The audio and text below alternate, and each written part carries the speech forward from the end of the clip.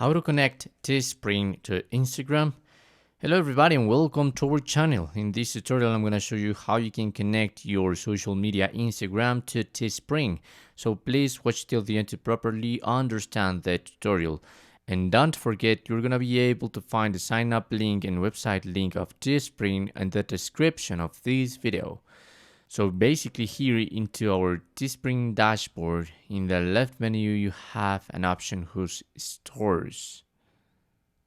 So there I'm going to roll down just a little until I find the profile. So I have an add account into profile. So I must select the profile. There are different social media.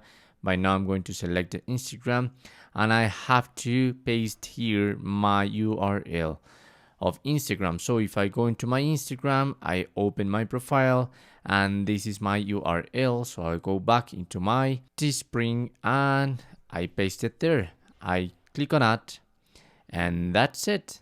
Obviously don't forget to roll up again and click on save, and that's it. That's how you can connect Teespring to Instagram. Thanks for watching.